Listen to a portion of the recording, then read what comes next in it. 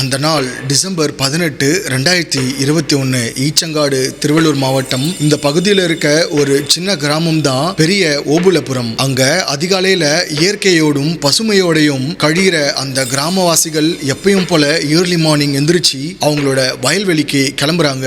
என்னைக்கும் கண்ணுக்கு குளிர்ச்சியான பசுமை நிறமும் மண் வாசனையும் வீசக்கூடிய அந்த வயல்வெளி பகுதியில அன்னைக்கு நாள் மட்டும் ரத்த வாடையோட ரத்த கரையும் படிஞ்ச இடமா இருந்திருக்கு. அவங்களோட வயல்வெளி நோக்கி போயிட்டு இருந்த அந்த விவசாயிகள் வழியில இருந்த ஒரு நீரோடைய ஒட்டி மனுஷனோட தலைமுடி கொத்தா ஒரு இடத்துல இருக்கிறத பாக்குறாங்க. அதுவும் அந்த முடி பிடுங்கப்பட்ட மாதிரி ரத்த கரையோட இருந்திருக்கு. அதை பார்த்து ஷாக்கான ஃபார்மர்ஸ் சுத்தி முத்தி யாராவது இருக்காங்களான்னு தேடுறாங்க. அப்படி பார்த்துட்டு முன்னோக்கி போறப்ப அங்க இருந்து சரியா ஒரு அடி தூரத்துல மனுஷனோட ஒரு பல்லும் அதே மாதிரி ரத்தத்தோட அங்க விழுந்து கிடந்திருக்கு. இன்னும் இதுக்கப்புறம் அவங்க பார்த்த விஷயம் தான் அவங்கள பயத்துல ஒரே வச்சிருக்கு. தினமும் அவங்க கடந்து போற அந்த வழி முழுக்க அங்கங்க ரத்த கரைகளும் ரத்த துளிகளும் மண்ணோட மண்ணா காஞ்சு போயிருந்திருக்கு. அதை பார்த்து பயந்து போனவங்க பக்கத்துல யாராவது அடிபட்டு கிடக்குறாங்களான்னு தேடி பார்க்கறாங்க. ஆனா கண்ணு கெட்டுற தூரம் வரைக்கும் அங்க யாருமே இல்ல. அங்க கிடந்திருந்த ரத்த கரை படிஞ்ச முடியும் ரத்த துளிகளையும் வச்சு அந்த இடத்துல யாராவது நரபலி கொடுக்கப்பட்டு இருப்பாங்களோ அப்படின்னு நினைச்சு அந்த ஃபார்மர்ஸ் உடனடியா அந்த விஷயத்தை போலீஸுக்கு தெரியப்படுத்துறாங்க. விஷயத்தை கேள்விப்பட்டு உடனே ஸ்பாட்டுக்கு வந்த ஆரம்பாக்கம் போலீஸ் அவங்களுக்கு கால் பண்ணி இன்ஃபர்மேஷன் கொடுத்த அந்த ஃபார்மர்ஸ் கிட்ட நடந்த விஷயத்தை பத்தி விசாரிக்கிறாங்க. தரையில விழுந்திருந்த ரத்த துளிகளையும் ரத்த கரை படிஞ்ச முடியையும் பல்லு இருந்த இடத்தையும் போலீஸுக்கு அடையாளம் காட்டுறாங்க. அதை அனலைஸ் பண்ண போலீஸ் அந்த சரௌண்டிங்ல யாராவது அடிபட்டோ இறந்தோ கிடக்குறாங்களான்னு தேடி பார்க்கறாங்க. ஆனா அங்க சுத்தி வயல்ல வேலை பார்க்கறவங்கள தவிர வேற யாருமே இல்ல. அண்ட் ஆல்சோ வேற எந்த க்ளூஸுமே அங்க போலீஸுக்கு கிடைக்காம போகுது. சோ அடுத்ததா போலீஸ் அந்த ஸ்பாட்டுக்கு ஃபாரன்சிக் டிபார்ட்மெண்ட் அண்ட் ஸ்னிஃபர் டாக்ஸை வர வைக்கிறாங்க. போலீஸ் அவங்களோட இன்வெஸ்டிகேஷனை அந்த சரௌண்டிங்ல இருந்த ஒருத்தர் விடாம ஒரு கடை விடாம விசாரிக்கிறாங்க. அதுல ஒரு முக்கியமான க்ளூவும் கிடைக்குது. சரியா சாயங்காலம் அந்த வழியா ஒரு ஸ்கூல் படிக்கிற பொண்ணு போனதா அங்க இருந்த ஒருத்தர் சொல்றாரு. ஒருவேளை இங்க வந்த அந்த ஸ்கூல் பொண்ணை யாராச்சும் ரேப் அண்ட் மர்டர் பண்ணி இருப்பாங்களோன்னு யோசிச்ச police at the same time cyber கிரைமுக்கும் இந்த ஸ்பாட்ல கடைசியா ஆக்டிவா இருந்த நம்பர்ஸை ட்ராக் பண்ண சொல்லியும் இன்ஃபர்மேஷனை பாஸ் பண்றாங்க. கொஞ்ச நேரத்திலேயே ஸ்பாட்ல இருந்து கலெக்ட் பண்ண blood stain, hair and teeth சாம்பிள்ஸை டிஎன்ஏ டெஸ்ட்டுக்கு அனுப்பி வைக்கிறாங்க. ஸ்னிஃபர் டாக்ஸும் ஸ்பாட்டுக்கு உடனே வந்து அங்க இருந்த பிளட் ஸ்டெயின்ஸை ஸ்மெல் பண்ணுது. சரியா அங்க இருந்து 20 மீட்டர் டிஸ்டன்ஸ்ல இருக்க ஒரு ஃபேக்டரியோட பேக் சைடு ஏரியாக்கு கூட்டிட்டு போகுது. அப்படி அங்க போன ஸ்னிஃபர் டாக் ஹெவியா ஸ்மெல் பண்ணபடி அங்க இருக்க மண்ணை தோண்ட ஆரம்பிக்குது. அதை கவனிச்ச போலீஸ் உடனே 4 பேரை அரேஞ்ச் பண்ணி அங்க தோண்ட ஆரம்பிக்கிறாங்க. அப்படி ஆரம்பிச்ச கொஞ்ச நேரத்திலேயே அங்க இருந்த எல்லாரும் ஷாக் ஆறாங்க. தோண்டிட்டு இருந்த அந்த இடத்துல இருந்து அங்கங்க வெட்டு காயத்தோட இருந்த ஒரு மனுஷனோட கை வெளியே வருது. அதை பார்த்து ஷாக்கான போலீஸ் உடனே தோண்டிட்டு இருந்தவங்களை நிறுத்த சொல்லிட்டு லோக்கல் தாசில்தாருக்கு இன்ஃபர்மேஷனை பாஸ் பண்றாரு. Because as per the law already புதைச்சு வச்சிருக்க ஒரு டெட் பாடியை எக்ஸியூம் பண்ணணும்னா அதுக்கு அந்த ஏரியாவோட ரெஸ்பெக்டிவ் தாசில்தாரோட கன்சர்னை வாங்கிட்டு அவரோட முன்னிலையில தான் அதை எக்ஸியூம் பண்ணணும். சோ தாசில்தார் ஸ்பாட்டுக்கு வந்ததும் அவர் அனுமதியோட அங்க இருந்த பாடியை தோண்டி எடுக்கிறாங்க. அப்ப அங்க இருந்த பாடி ஒரு ஆணோடுது அப்படிங்கிறதும் அந்த உடலோட முகம், கழுத்து, கை, உடம்புன்னு எல்லா பகுதிகளிலையும் வெட்டுக்காயங்கள் இருக்குன்றதும் தெரிய வருது. இதுல போலீஸுக்கு கிடைச்ச ஒரு பாசிட்டிவான விஷயம் அந்த பாடி டீகம்போஸ் ஆகாம இருந்ததுதான். சோ தட் விக்டிமை ஐடென்டிஃபை பண்றது போலீஸுக்கு கொஞ்சம் சுலபமா இருக்கும். அண்ட் இதுல நோட் பண்ண வேண்டிய இன்னொரு முக்கியமான விஷயம், பாடி டீகம்போஸ் ஆகலனா விக்டிம் இறந்து முழுசா 24 மணி நேரம் கூட ஆயிருக்காது. அதே மாதிரி அந்த ஏரியால இருக்க மக்களும் விக்டிம் இங்க கொல்லப்பட்டிருந்தா அது நிச்சயமா நேத்து, அதாவது டிசம்பர் 17 நைட்டுக்கு அப்புறம் தான் இருக்கணும்னு சொல்றாங்க. பிகாஸ் ஈவினிங் வரைக்கும் வயல்ல வேலை செய்யறவங்க இருட்டினதுக்கு அப்புறம் அங்க இருந்து கிளம்பிடுவாங்கணும். அதுக்கப்புறம் இந்த பகுதிக்கு யாருமே வரமாட்டாங்கன்னு சொல்றாங்க. So 17th night R 18th early மார்னிங்ல தான் இந்த கொலை நடந்திருக்கணும்னு போலீஸ் கெஸ் பண்றாங்க. அதே நேரத்துல இறந்த அந்த நபர் அந்த கிராமத்தை சேர்ந்தவர் இல்லைன்றதையும் அந்த கிராம மக்கள் உறுதிப்பட சொல்றாங்க. உடனே சைபர் கிரைம் டீமுக்கு கான்டாக்ட் பண்ண இன்வெஸ்டிகேஷன் டீம் இந்த எக்ஸாக்ட் டைம் ரேஞ்சை சொல்லி கடைசியா இங்க ஆக்டிவா இருந்த செல்போன் சிக்னல்ஸை ட்ராக் பண்ண சொல்றாங்க. இப்ப இருந்த அந்த நபர் யாரு, விக்டிமை கொலை பண்ணவங்களும் அதுக்கு பின்னாடி இருக்க காரணமும் என்னன்னு போலீஸ் தேட ஆரம்பிக்கிறாங்க. பொதுவா பாதிக்கப்பட்டவங்களை தான் விக்டிம்னு சொல்லுவோம். பட் இந்த கேஸ்ல யார் விக்டிம் யார் அக்யூஸ்ட் அப்படிங்கறத டிசைட் பண்ற ரெஸ்பான்சிபிலிட்டியை நான் உங்ககிட்டயே விட்டுடுறேன். நம்ம கேஸ் ஸ்டடியோட முடிவுல நீங்களே அதை சொல்லுங்க. பிஃபோர் தட் இந்த கேஸை எந்த இடத்துலயும் மிஸ் பண்ணாம கவனமா பாருங்க. அப்பதான் இதுல உண்மையான அக்யூஸ்ட் யாரு, விக்டிம்ஸ் யாரு அப்படிங்கிறதுக்கான ஒரு கரெக்ட் கன்க்ளூஷன் உங்களால டிரைவ் பண்ண முடியும். போலீஸோட டீப் இன்வெஸ்டிகேஷன்ல இந்த ஸ்பாட்ல இருந்தது ஒரு பொண்ணு மட்டும் கிடையாது, 2 பொண்ணு இருந்திருக்காங்கன்னு தெரிய வந்திருக்கு. நீங்க கெஸ் பண்ண முடியாத பல ட்விஸ்ட் அண்ட் டர்ன்ஸ் இந்த கேஸ்ல இருந்திருக்கு. இந்த கேஸ் ஒவ்வொரு அடியை நோக்கி நகர போலீஸுக்கு பல அதிர்ச்சிகளை கொடுத்திருக்கு. So without any delay let's get into the case. நீங்க பார்த்துட்டு இருக்கிறது ஆனந்த் ஆர்கே யூடியூப் சேனல். நான் உங்க ஆனந்த்.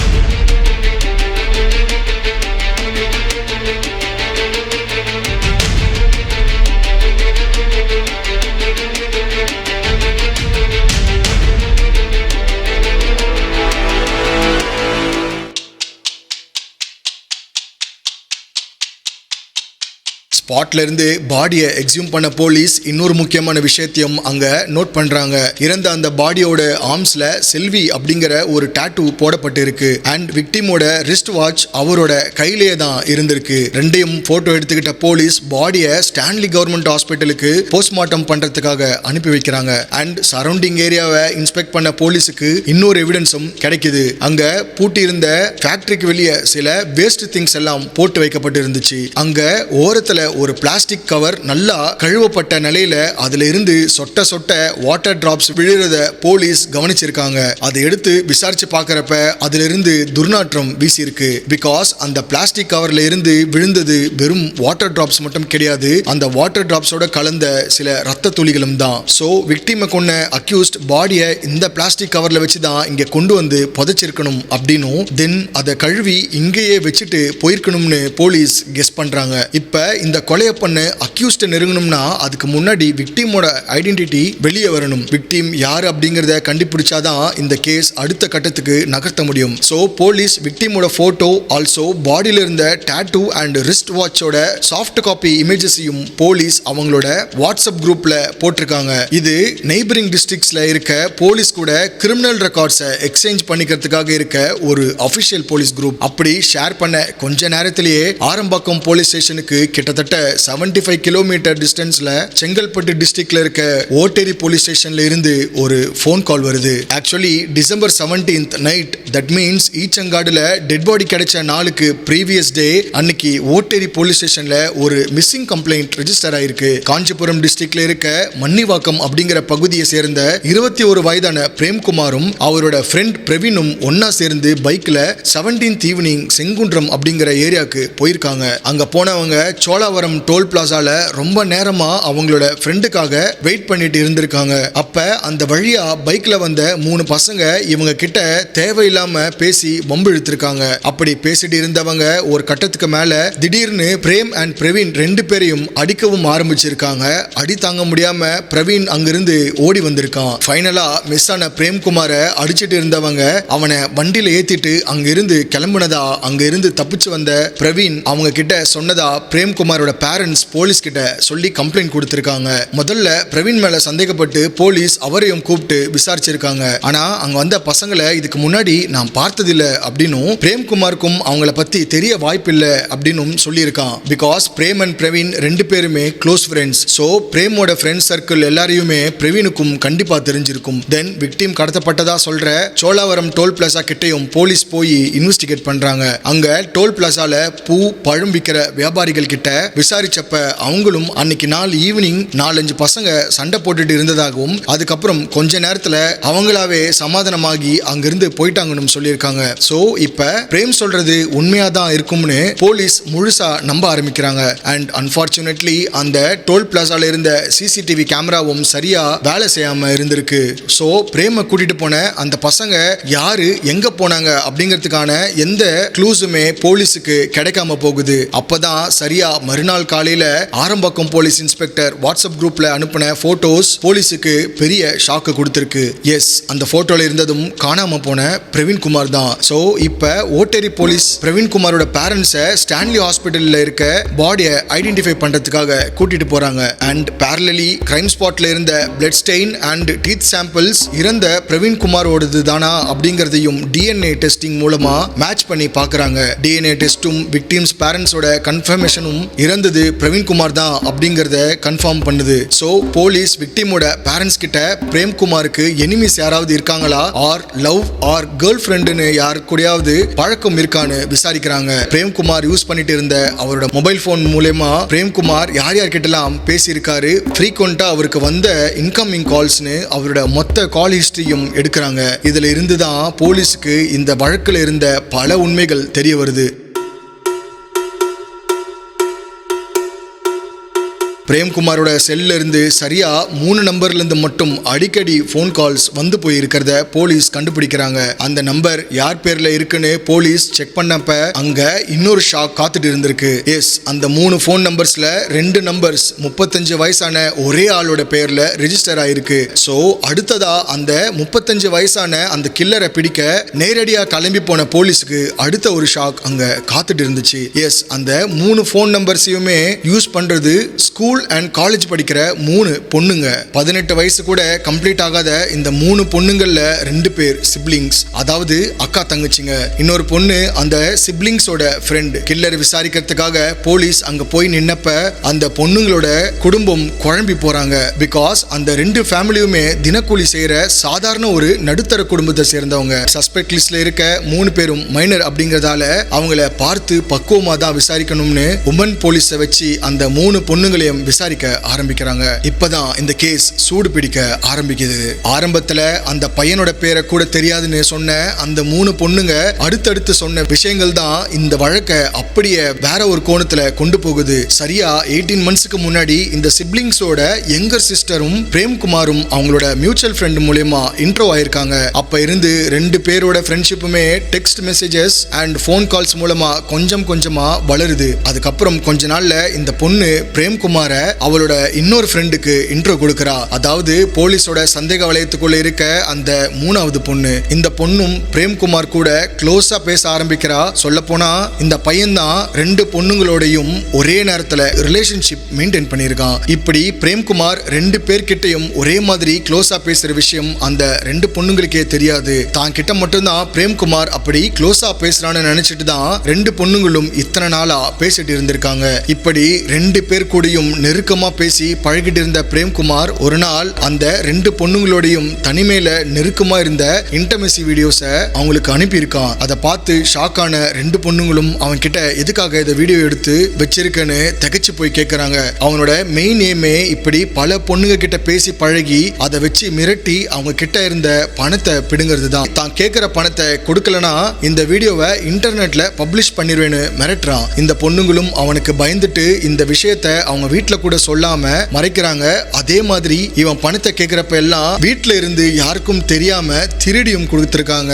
ஒரு கட்டத்துக்கு மேல பிரேம்குமாரோட டார்ச்சரை தாங்கிக்க முடியாத 2 பொண்ணுங்களும் ஒரு நாள் அவங்களுக்குள்ளேயே பேசி இப்படி ஒரு டிராப்பை ஷேர் பண்ணிக்கிறாங்க. அப்பதான் அவங்களுக்கே 2 பேருமே அவங்க கிட்ட ஏமாந்திருக்கோம் அப்படிங்கிறது தெரிய வருது. தென் 2 பேரும் பேசி முடிவு பண்ணி யங்கர் சிஸ்டரோட அக்கா கிட்ட இத பத்தி சொல்லலாம்னு டிசைட் பண்றாங்க. பட் இவங்க இப்ப எடுத்த இந்த டெசிஷன் தான் இத இன்னும் காம்ப்ளிகேட் ஆகுது. அந்த யங்கர் சிஸ்டர் நடந்த எல்லா விஷயத்தையும் ஒண்ணு விடாம காலேஜ்ல படிக்கிற 17 வயசான அவளோட அக்கா கிட்ட சொல்லியிருக்கா. அந்த பொண்ணு இத அவங்களோட பேரண்ட்ஸ் கிட்ட சொல்லாம அந்த காலேஜ் படிக்கிற பொண்ணும் பல தடவை பிரேம்குமார் கிட்ட பேசி அந்த வீடியோவை எல்லாம் டெலீட் பண்ண சொல்றா. பட் எவ்வளவு சொல்லியும் பிரேம்குமார் கேட்காததுனால அந்த பொண்ணு சோசியல் மீடியா மூலமா பழக்கமான அசோக் குமார் அப்படிங்கிற அவளோட ஃப்ரெண்டு கிட்ட நடந்த எல்லா விஷயத்தையும் சொல்லி ஹெல்ப் கேட்கிறா. இப்ப என்ட்ரி கொடுக்கிற இந்த அசோக் குமாரும் காலேஜ் ஃபைனல் இயர் படிக்கிற 21 வயசே ஆன ஒரு காலேஜ் ஸ்டூடெண்ட் தான். அப்ப யோசிச்சு பாருங்க, இந்த ஏஜ் கேட்டகரியில இருக்க பசங்க இந்த விஷயத்தை எப்படி ஹேண்டில் பண்ணிருப்பாங்கன்னு. பிரேம்குமாரை நேர்ல வர வைக்க அசோக் குமார் ஒரு பிளான சொல்லியிருக்கான். அதுபடி பிரேம்குமார் பேசிட்டு இருந்த அந்த 2 பொண்ணுங்கள்ல இருந்து ஒரு பொண்ணு அசோக் குமாருக்கு டிசம்பர் 17th மார்னிங் கால் பண்ணியிருக்கா. அந்த போன் கால்ல பேசின பொண்ணு ஏற்கனவே பிரேம்குமார் கேட்டிருந்த பணத்தை கொடுக்கறதா சொல்லி சோழாவரம் டோல் பிளாசா கிட்ட வர சொல்லியிருக்கா.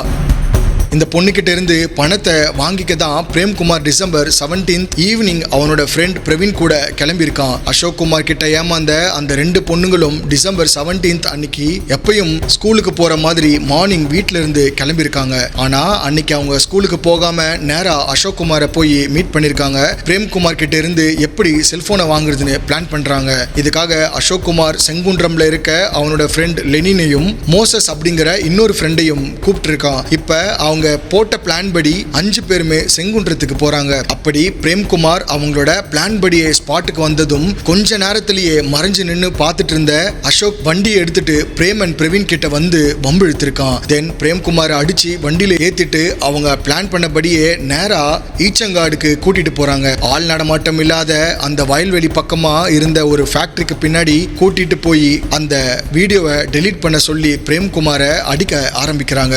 அப்ப அங்க பிரேம்குமாருக்கு எதிராக இருந்தது வெறும் 3 பசங்க மட்டும் கிடையாது. அசோக் குமார் அவனோட ஃப்ரெண்ட்ஸ் மோசஸ் அண்ட் லெனினோட சேர்ந்து ஸ்டீஃபன், பிரவீன் அண்ட் ஜெகநாதன் இன்னும் 3 பேரையும் அங்க வர வச்சிருக்கான். அசோக் குமார் அண்ட் அவனோட ஃப்ரெண்ட்ஸ் மொத்தம் 6 பேர் சேர்ந்து அவனை அடிக்க ஆரம்பிக்கிறாங்க. ஆனா அவ்வளவு அடிச்சும் அந்த போனை தரமாட்டேன்னு பிடிவாதமா இருந்திருக்கான். இதுல இன்னொரு கொடுமை என்னன்னா அசோக் குமாரும் அவனோட ஃப்ரெண்ட்ஸும் சில பேர் போதைப் பொருளுக்கு அடிமையானவங்க. பிரேம்குமாரை அடிக்கிறப்பையும் அதை கன்சியூம் பண்ணிருக்காங்க. சோ என்ன பண்றோம்னு கூட தெரியாம ஒரு கட்டத்துக்கு மேல அவன் கிட்ட இருந்து போனை வாங்குறத கூட மறந்து காட்டுத்தனமா அவனை அடிக்கிறாங்க. அவன் தலைமுடியை பிடிச்சு இழுத்து தள்ளி விடுறாங்க. ஒரு பாயிண்ட்டுக்கு மேல பிரேம்குமார் அடி தாங்க முடியாம மூச்சு பேச்சு இல்லாம மயங்கி கீழே விழுந்திருக்கான். அப்ப அசோக் குமார் பிரேமோட பேண்ட் பாக்கெட்டுக்குள்ள இருந்த போனை எடுத்து அந்த பொண்ணுங்க கிட்ட கொடுத்திருக்கான். அந்த பொண்ணுங்களும் அதுல இருந்த phone call records and videos, போட்டோஸ்னு எல்லாத்தையுமே பெர்மனண்டா டெலீட் பண்ணிருக்காங்க. எப்படியோ பிரேம்குமார் கிட்ட இருந்து தப்பிச்சு இந்த பிரச்சனையிலிருந்து வெளியே வந்துட்டோம்னு 2 பொண்ணுங்களும் சந்தோஷமா இருந்திருக்காங்க. ஆனா அவங்களோட இந்த சந்தோஷம் அடுத்த சில நிமிஷங்கள்லயே மொத்தமா காணாம போகுது. மயக்கம் போட்டு விழுந்து ரொம்ப நேரமாகியும் பிரேம்குமார் எந்திரிக்கவே இல்லை. நேரமாக அங்க போதை பொருளை யூஸ் பண்ணவங்களும் போதை தெளிஞ்சு அவங்களோட பயம் உச்சத்துக்கு போகுது. எவ்வளவு எழுப்பியும் எந்திரிக்காத பிரேம்குமாருக்கு மூச்சு இருக்கான்னு செக் பண்ணி பாக்குறாங்க. அப்பதான் பிரேம்குமார் அவங்க அடிச்ச அடியில வலி தாங்க முடியாம இறந்தே போயிட்டான்னு அவங்களுக்கே தெரிய வந்திருக்கு. இப்ப என்ன பண்றதுன்னு தெரியாம அங்க இருந்த எல்லாரும் பயத்துல திணறி போறாங்க. இப்ப அசோக் குமார் நான் இந்த விஷயத்த பாத்துக்கிறேன்னு அந்த பொண்ணுங்களுக்கு தைரியம் சொல்லி முதல் வேலையா அவங்கள அங்கிருந்து வீட்டுக்கு அனுப்பி வைக்கிறான். இத பத்தி அந்த பொண்ணுங்களும் அவங்க அக்கா கிட்ட கூட சொல்லாம இருந்திருக்காங்க. மறுநாள் போலீஸ் அவங்க வீட்டுல போய் நிக்கிறப்பதான் அந்த பொண்ணுங்களோட ஃபேமிலிக்கு இத்தனை விஷயமும் தெரிய வருது. இந்த பொண்ணுங்க வீட்டுக்கு வந்ததுக்கு அப்புறம் அந்த பசங்க பாடியை என்ன பண்ணாங்கன்னு எங்களுக்கு தெரியாதுன்னு மறுநாள் காலையில அசோக் குமார் கிட்ட இருந்து ப்ராப்ளம் சால்வ்ட் அப்படிங்கிற மெசேஜ் மட்டும் தான் எங்களுக்கு வந்துச்சு அப்படின்னு போலீஸ் கிட்ட கன்ஃபஸ் பண்ணிருக்காங்க. இந்த பொண்ணுங்களோட வாக்குமூலத்தை அடிப்படையா வச்சு போலீஸ் அசோக் குமாரையும் இந்த கொலையில இன்வால்வ் ஆன அவனோட ஃப்ரெண்ட்ஸ் 5 பேரையும் அதே நாள்ல, அதாவது பிரேம்குமார் இருந்த மறுநாளே டிசம்பர் 19 அரெஸ்ட் பண்றாங்க. விசாரணையில அந்த 6 பசங்களும் அவங்க கொலை பண்ணதை போலீஸ் கிட்ட ஒத்துக்கவும் செய்றாங்க. சம்பவம் நாள் அன்னைக்கு அந்த பசங்க ஆல்கஹால் அண்ட் கஞ்சா ரெண்டையுமே கன்சியூம் பண்ணியிருக்காங்க. சோ போதையில என்ன பண்றோம்னு கூட தெரியாம ஷார்ப் நைஃப் அண்ட் பிளேடை வச்சு பிரேம்குமாரோட முகத்துல, கழுத்துலன்னு ஒரு இடம் விடாம உடம்பு முழுக்க அங்க அறுத்திருக்காங்க. இதனால பிரேம்குமாருக்கு ஹெவியா பிளட் லாஸ் ஆயிருக்கு அண்ட் ஃபேஸ் ஏரியாலையும் சரமாரியா தாக்கியிருக்காங்க. தென் இறந்த இந்த டெட் பாடியை வேற எங்கேயும் கொண்டு போறது ரிஸ்க்னு நினைச்சு அந்த கும்பல் அங்கேயே குழி தோண்டி புதைச்சிடலாம்னு முடிவு பண்ணிருக்காங்க. அவங்க இப்ப இருந்த இடம் ஆள் நடமாட்டம் இல்லாம இருட்டா இருந்தது அவங்களுக்கு சாதகமாயிருக்கு. பிரேம்குமார் இறந்து கிடந்த இடத்துல இருந்து 2-3 அடி தூரத்திலேயே குழி தோண்டி புதைச்சிருக்காங்க. பிரேம்குமாரோட பாடியை அந்த குழிக்குள்ள போய் போடுறதுக்கு அவங்க யூஸ் பண்ணதுதான் அந்த போலீஸ் ரத்த கரையோட ரெக்கவர் பண்ண அந்த பிளாஸ்டிக் கவர். பிரேம்குமாரை குழியில போட்டு மூடினதுக்கு அப்புறம் அவனை வச்சு தூக்கிட்டு வந்த அந்த கவரையும் பக்கத்துல இருந்த ஒரு குளத்துல கழுவி இருக்காங்க. சோ அந்த 3 மைனர் பொண்ணுங்களையும் கூட இருந்த மத்த 6 பசங்களையும் போலீஸ் அவங்க கொடுத்த வாக்குமூலம், பிரேம்குமாரை அட்டாக் பண்ணதை நேர்ல பார்த்த ஐ விட்னஸ் அண்ட் பிரேம்குமார் அந்த பொண்ணுங்க கிட்ட பேசின போன் கால் ரெக்கார்ட்ஸ்னு எல்லாத்தையும் எவிடன்ஸா வச்சு அரெஸ்ட் பண்றாங்க. ஆனா இந்த 3 பொண்ணுங்க மேலையும் சட்டப்படி எஃப்ஐஆர் போட முடியாது. Because as per juvenile justice 18 வயசு கம்ப்ளீட் ஆகாத குழந்தைங்க ஒரு கொடூரமான குற்ற செயலில் ஈடுபடுறப்ப அல்லது பெரியவங்களோட சேர்ந்து குற்றத்துல ஈடுபடுறப்போ அவங்களுக்கு எதிராக எஃப்ஐஆர் ஃபைல் பண்ண முடியாது. பிரேம்குமார் கொல்லப்பட்டப்ப 2 பொண்ணுங்களும் கூட இருந்தாலும் இந்த வழக்கை பொறுத்தவரையும் இவங்களும் ஒரு வகையில விக்டிம்ஸ் தான். பிகாஸ் இறந்து போன பிரேம்குமார் இந்த 2 பொண்ணுங்களை ஏமாத்தி அவங்க கிட்ட இருந்து பணம் பிடிங்கிட்டு இருந்திருக்கான். சோ நடந்த இந்த கொலை குற்றத்துக்கு வழிவகுத்த காரணங்கள் இறந்த நபருக்கு எதிராக தான் இருந்திருக்கு. அதே மாதிரி இந்த பொண்ணுங்க பிரேம்குமார் கிட்ட இருக்க வீடியோவை தான் எப்படியாவது டெலீட் பண்ண வச்சிருங்கன்னு அசோக் குமார் கிட்ட கேட்டிருக்காங்க. அந்த பசங்க தான் போதையில என்ன பண்றோம்னு தெரியாம அவனை அடிச்சு கொண்டு இருக்காங்க. இந்த கேஸை பொறுத்த வரைக்கும் அந்த பொண்ணுங்க மட்டும் அவங்க பேரண்ட்ஸ் கிட்ட ஆரம்பத்திலேயே அவங்களுக்கு நடந்ததை சொல்லியிருந்தா அவங்களோட மெச்சூரிட்டி அண்ட் எக்ஸ்பீரியன்ஸுக்கு நிச்சயமா ஒரு கரெக்ட் டிசிஷனை எடுத்து வச்சிருப்பாங்க. இந்த கேஸ்ல கிட்டத்தட்ட எல்லாருமே ஏதோ ஒரு விதத்துல பாதிக்கப்பட்டிருக்காங்க. ஆனா நீங்க இந்த கேஸ்ல அக்யூஸ்டா யாரை கன்சிடர் பண்ணுவீங்க? பொண்ணுங்க கிட்ட பேசி ஏமாத்தின பிரேம்குமாரா, இல்ல அந்த பொண்ணுங்களை